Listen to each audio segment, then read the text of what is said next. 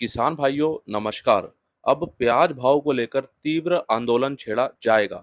ऐसा इसीलिए क्योंकि महाराष्ट्र की लासलगांव मंडी में आज से कुछ दिन पहले प्याज का भाव 1311 रुपए और पिंपलगांव बसवंत मंडी में प्याज का भाव 3001 रुपए। आखिर इतना बड़ा अंतर क्यों? और अब इसको लेकर महाराष्ट्र प्याज उत्पादक संगठन के अध्यक्ष श्री भारत दिगोले जी ने कहा है कि इसका जल्द ही कोई समाधान निकाला जाए, अन्यथा तीव्र आंदोलन छेड़ा जाएगा। ये बात सही भी है क्योंकि आज अगर कोई एक छोटे से प्याज का लोट ऊपर में तेज भाव जैसे कि 1500 रुपए तक बिक जाता है तो सभी जगह इसको लेकर हल्ला हो जाता है। जबकि मंडी में एक औसतन प्याज का भाव 800 रुपए से 900 रुपए तक ही बना हुआ है, लेकिन उसकी बात कहीं पर भी नहीं की जाती। इसके लिए एक समाधान, और वो भी बिल्कुल साधारण। अब से हर एक मंडी, फिर चाहे वो महाराष्ट्र, मध्य प्रदेश या अन्य किसी भी राज्य की हो, उनको अपनी मंडी में जो प्याज बिका है उसका एक एवरेज भाव ही बताना चाहिए और सोशल मीडिया पर भी रिपोर्ट के माध्यम से केवल प्याज का एक एवरेज भाव ही देना चाहिए। किसी भी प्याज के ऊपर में एक दो लोट के भाव नहीं बताने चाहिए और ना दिखाने चाहिए, क्योंकि अगर हर एक मंडी के माध्यम से रोजाना ये बताया जाए कि मंडी में रोजाना एवरेज भाव पर प्याज कितना बिक रहा है, ना कि ये बताया जाए कि एक दो लोट ऊपर में कितने बिके हैं। अगर ये बताना बंद हो जाता है तो कहीं ना कहीं एक औसतन भाव, एक एवरेज भाव किसान भाइयों को रोजाना देखने को मिलेगा और उसके अनुसार वो निर्णय ले सकेंगे। बाकी किसान भाइयों, इसको लेकर आप क्या कहना चाहेंगे और आप इस बात से कितना सहमत हैं? वहीं दूसरी बड़ी समस्या, अभी भी मंडियों में जिन व्यापारी भाइयों के द्वारा प्याज की बोली लगाई जाती है, उन व्यापारी भाइयों के द्वारा इशारों के माध्यम से एक दूसरे व्यापारी भाइयों को प्याज की बोली कम भाव पर करने के लिए बोला जाता है। ये भी प्रथा जल्द ही बंद होनी चाहिए क्योंकि अभी भी इस तरह की प्रथा मंडियों में देखने को मिल रही है।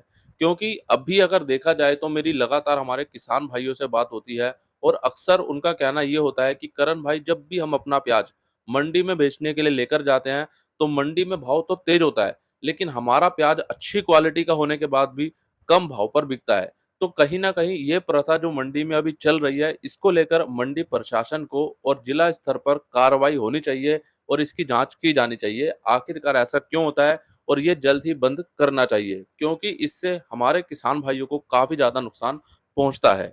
आज ये प्याज रतलाम मंडी में 1480 रुपए बिका है और क्वालिटी आप सभी यहाँ पर देख सकते हैं।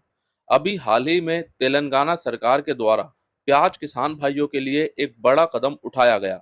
जैसा कि हम सभी जानते हैं, तेलंगाना सरकार महाराष्ट्र में किसान भाइयों के प्याज को 1800 रुपए, 1900 रुपए और 2000 रुपए तक खरीद रही है और इस प्याज खरीदी के लिए अन्य लाभ भी किसान भाइयों को दिए जा रहे हैं, जैसे कि प्याज के लिए कट्टे और साथ ही डीजल की व्यवस्था, ट्रक की व्यवस्था, मजदूर की व्यवस्था। ये सभी सुविधाएं भी तेलंगाना सरकार के द्वारा हमारे महाराष्ट्र में किसान भाइयों को दी जा रही हैं। लेकिन अब चुनाव को देखते हुए तेलंगाना सरकार ने किसान भाइयों के लिए कुछ और बड़े वादे किए हैं। जैसा कि प्रत्येक किसान भाई के कृषि व्यय के लिए प्रति वर्ष प्रति एकड़ 10,000 रुपए की सहायता राशि दी जाएगी। कृषि के लिए उपयुक्त वोल्टेज की 24 घंटे मुफ्त बिजली दी जाएगी। क्रय केंद्र पर कृषि उपज की गारंटी शुदा कीमत पर खरीदी होगी। कृषि के लिए परियोजना से निरंतर मुफ्त पानी दिया जाएगा और हर किसान भाई को 5 लाख रुपए का जीवन बीमा भी मिलेगा। इसके अलावा और अन्य कई वादे भी किए गए हैं। साथ ही ये भी बोला गया कि अगर तेलंगाना में सरकार ये सब कर सकती है तो महाराष्ट्र में क्यों नहीं हो सकता। कुल मिलाकर के देखा जाए तो अभी जिस तरह से चुनावी माहौल देश में बन रहा है, तो अब ये कहीं ना कहीं सभी राजनीति पार्टियों के द्वारा कुछ ना कुछ वादे यहाँ पर निकल के सामने आएंगे। लेकिन यहाँ पर मैं एक बात बोलना चाहूंगा, चाहे सरकार कोई भी हो, चाहे पार्टी कोई भी हो, चाहे कोई भी नेता हो, लेकिन हमारे किसान भाइयों के हित की बात उनको करना काफी ज्यादा जरूरी है। और केवल ये सभी बातें जो इनके द्वारा अभी बोली जा रही हैं चुनाव के पहले, इन सभी वादों को चुनाव के बाद पूरा किया जाना चाहिए और जल्द ही पूरा किया जाना भी चाहिए। बाकी किसान भाइयों, इसको लेकर आपकी क्या राय है, आप कमेंट बॉक्स में जरूर बताएं। और तेलंगाना सरकार के द्वारा जो प्याज की खरीदी अभी की जा रही है, उसको लेकर संपूर्ण जानकारी आपको इस वीडियो में दी गई है। समय निकालकर इन वीडियो को भी जरूर देखें। अब बात करें राजस्थान के अलवर जिले में, नासिक लाल प्याज की बुआई लगभग जुलाई और अगस्त महीने से शुरू हो जाती है।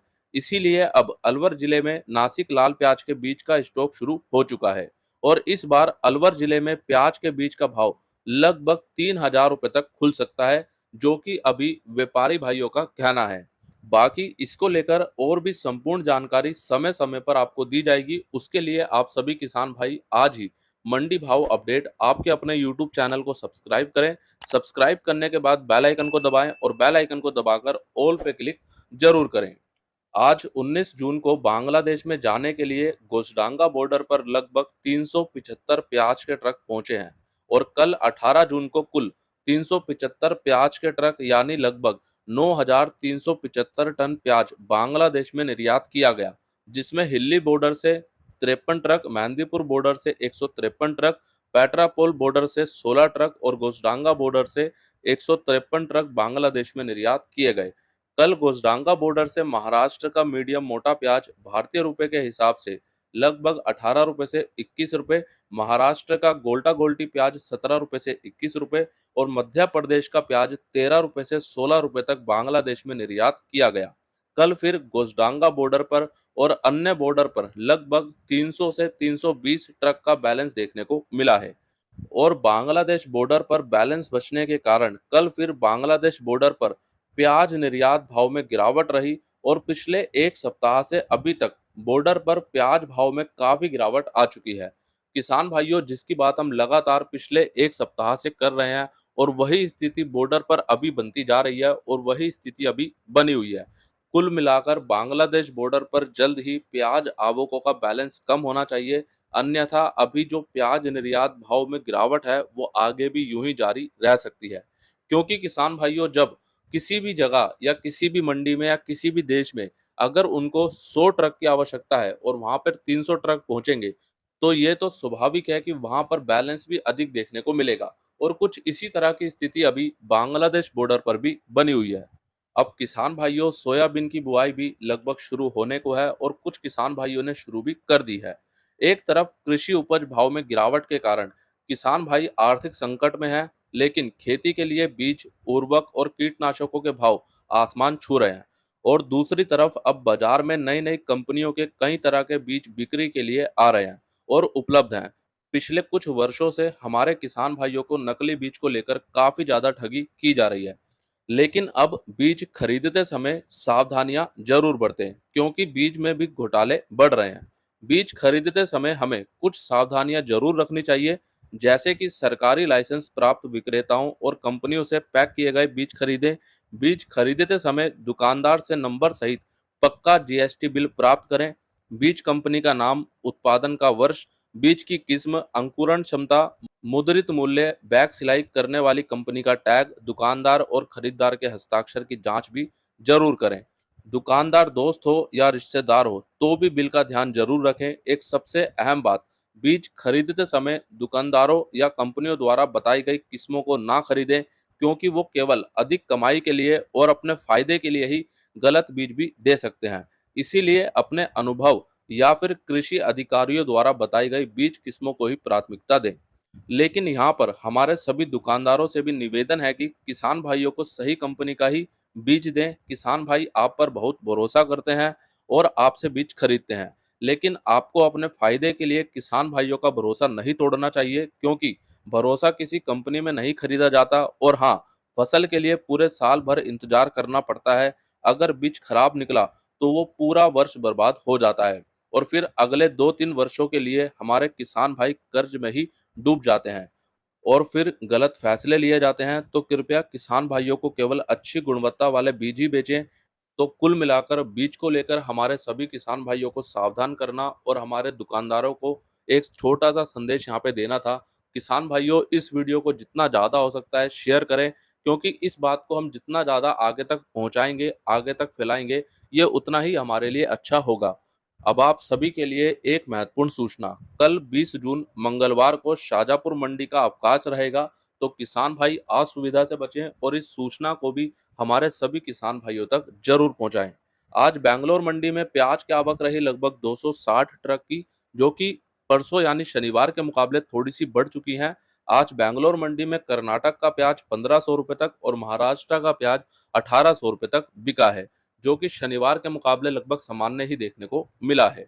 तो चलिए अब देख लेते हैं आज इंदौर मंडी में प्याज, लहसुन और आलू का क्या भाव रहा और परसों यानी शनिवार के मुकाबले आज कितनी तेजी मंदी देखने को मिली है।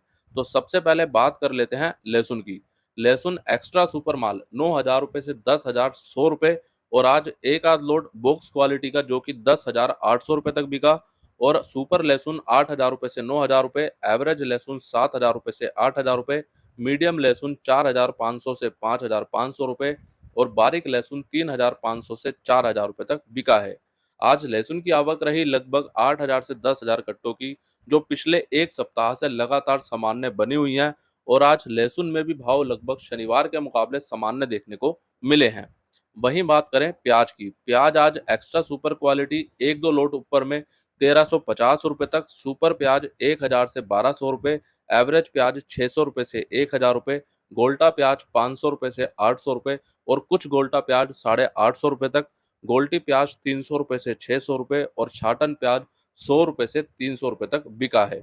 आज प्याज की आवक रही लगभग 55,000 से 60,000 कट्टों की, जो कल के मुकाबले कहीं ना कहीं थोड़ी सी कम देखने को मिली है, यानी शनिवार के मुकाबले। और आज प्याज में भी भाव शनिवार के मुकाबले सामान्य ही देखने को मिले हैं। और अब बात करें आलू की, आज एलआर आलू बिका 800 रुपए से 1,600 रुपए, जिप्सोना आलू 800 रुपए से 1,600 रुपए, ज्योति आलू 800 रुपए से 1,500 रुपए और गुल्ला माल 400 रुपए से 1,000 रुपए। आज आलू की आवक रही लगभग 7,000 कट्टों की, जो शनिवार के मुकाबले लगभग सामान्य रही और आज आलू में भी भाव शनिवार के मुकाबले लगभग सामान्य देखने को मिले हैं। किसान भाइयों, अगर आप इस वीडियो को फेसबुक पर देख रहे हैं, फेसबुक पेज को आज ही लाइक करें ताकि आपको रोजाना फेसबुक पर भी समय पर वीडियो मिल सके। और हाँ, कल रविवार धमाल का वीडियो अगर आपने अभी तक नहीं देखा तो समय निकालकर कल के वीडियो को जरूर देखिएगा, क्योंकि उसमें आप सभी किसान भाइयों के कई सवालों को लिया गया है।